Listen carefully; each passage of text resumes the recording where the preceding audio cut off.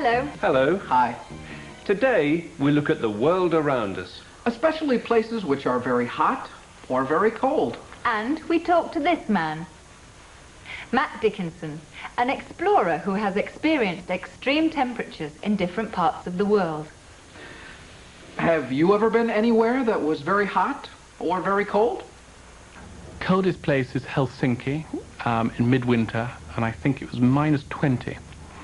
Oh, I lived in Madras, India for almost 3 years, and it was extremely hot there. The coldest would probably be parts of northern Russia, when it was -26, -27.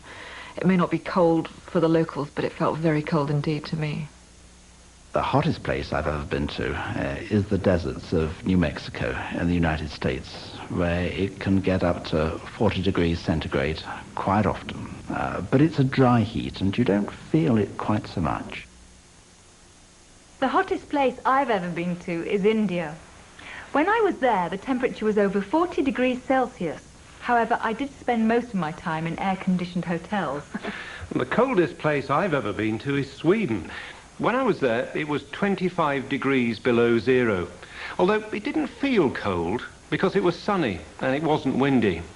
And of course, there was central heating everywhere. That's the difference between travelers and explorers.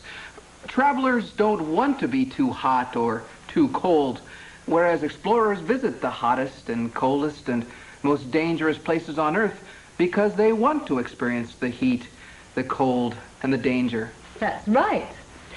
Being very hot or very cold can be exciting. However, not everyone would agree. Oh, it's freezing. What? It's freezing. I can't put up with this at all. Oh, it's not as cold as last year. What? I think it's much colder than last year. No, it isn't. Although I admit the wind is a bit stronger. Come on, let's go for a swim. A swim? Here? You must be joking. The water's like ice. It's not. It's a lot warmer than last year. Come on. I'm not a very good swimmer. Of course you are. You swim much better than I do. No, I don't. You're not enjoying this holiday, are you? No, not much. And I was looking forward to coming here so much.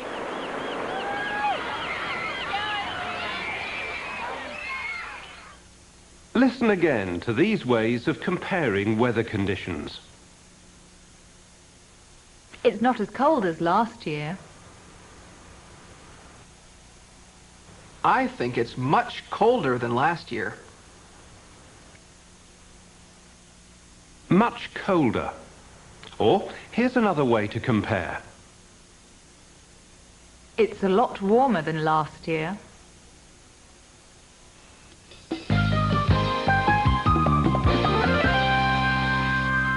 There are still professional explorers who travel to remote parts of the world.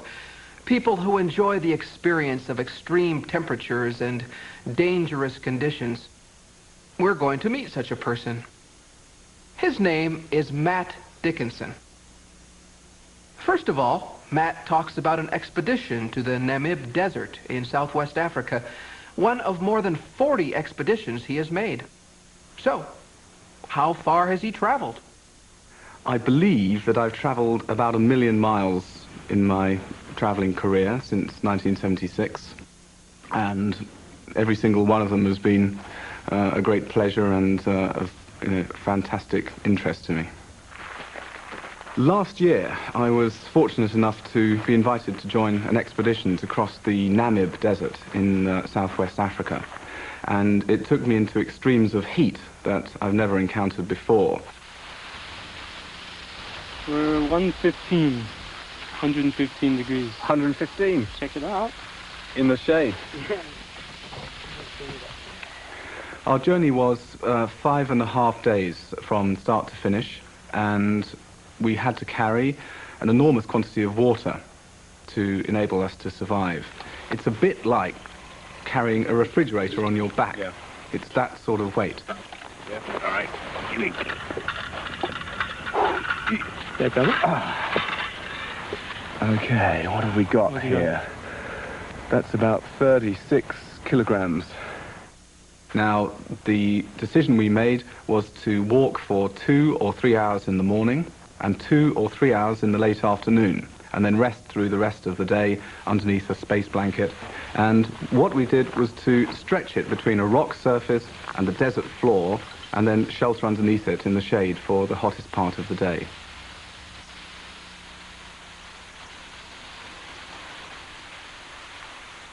In that place, nothing can survive. We walked through a great forest, and one associates trees with leaves and shade and life and energy, and all that was left were the skeletons of the trees, just the simple bare branches. It was an eerie and rather intimidating place. What an extraordinary place. As Matt said, the trees were like skeletons. All that was left were the skeletons of the trees. No leaves, no shade, no life, no energy.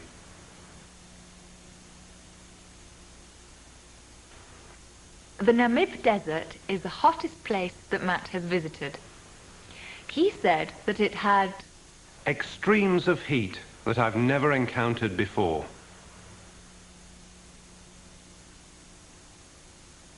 Now, Matt Dickinson tells us about a completely different expedition, a trip down a river in Tibet.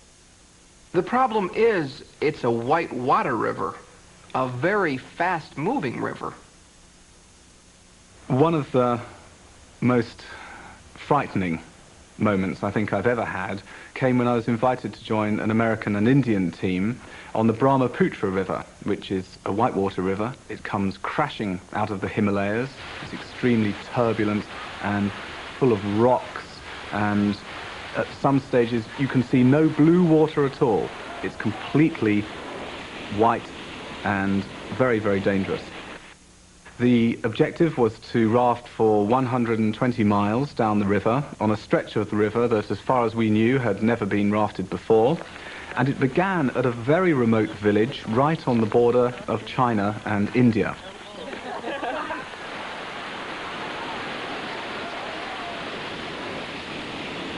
We set off, and for several days it would be true to say that our expedition was almost completely out of control.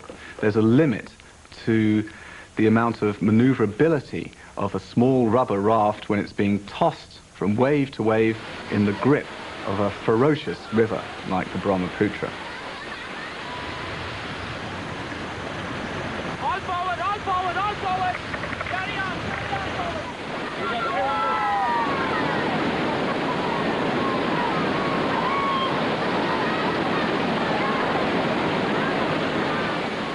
Now, this river offers an extreme environment in every sense.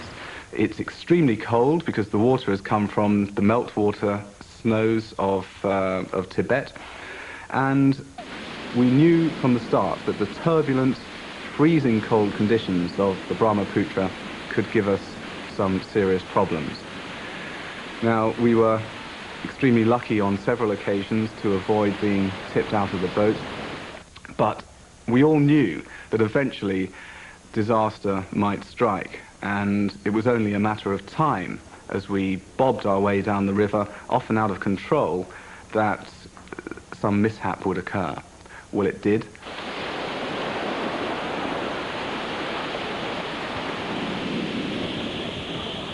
Are you okay? We went into a wave which was far too big for our rubber raft to survive, and I felt the extreme rush of adrenaline as the freezing cold water bit into us, and I was plunged into the water as the boat went over. I felt the air being sucked out of my lungs, and as I came out of the swirling white water into which we'd been plunged, I was gasping for breath and completely disorientated. And then it was the horrifying experience of being swept completely out of control with our raft upside down the Brahmaputra River to we knew not what fate. Phew, he really knows how to enjoy himself. And did you notice that he was filming when he fell off the raft?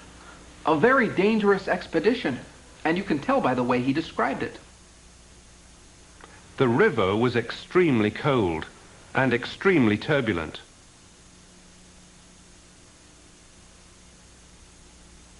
The expedition was almost completely out of control.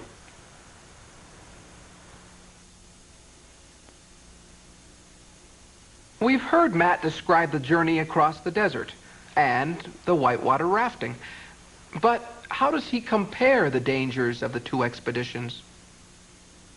There are many differences between the desert and the savage and frightening forces of a whitewater river. The desert is not as terrifying. The river has a great deal of noise. There's the rushing of the water, there's the grinding and rumbling of great rocks, perhaps the size of a house, as they are pushed underneath the surface of the river downstream by the force of the water.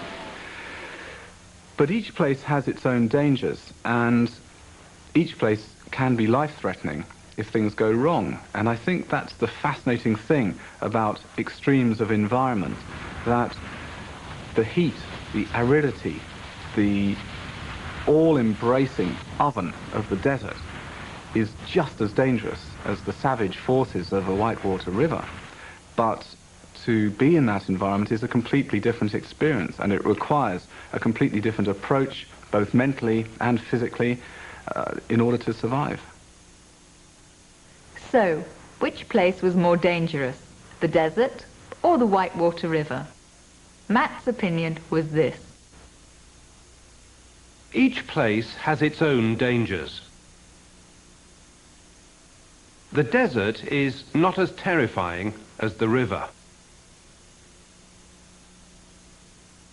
But the heat of the desert is just as dangerous as the force of the river. Well, I suppose India isn't the hottest place in the world after all. And Sweden isn't as cold as I thought it was. And traveling on the London Underground isn't really that uncomfortable. Goodbye. Goodbye. Goodbye.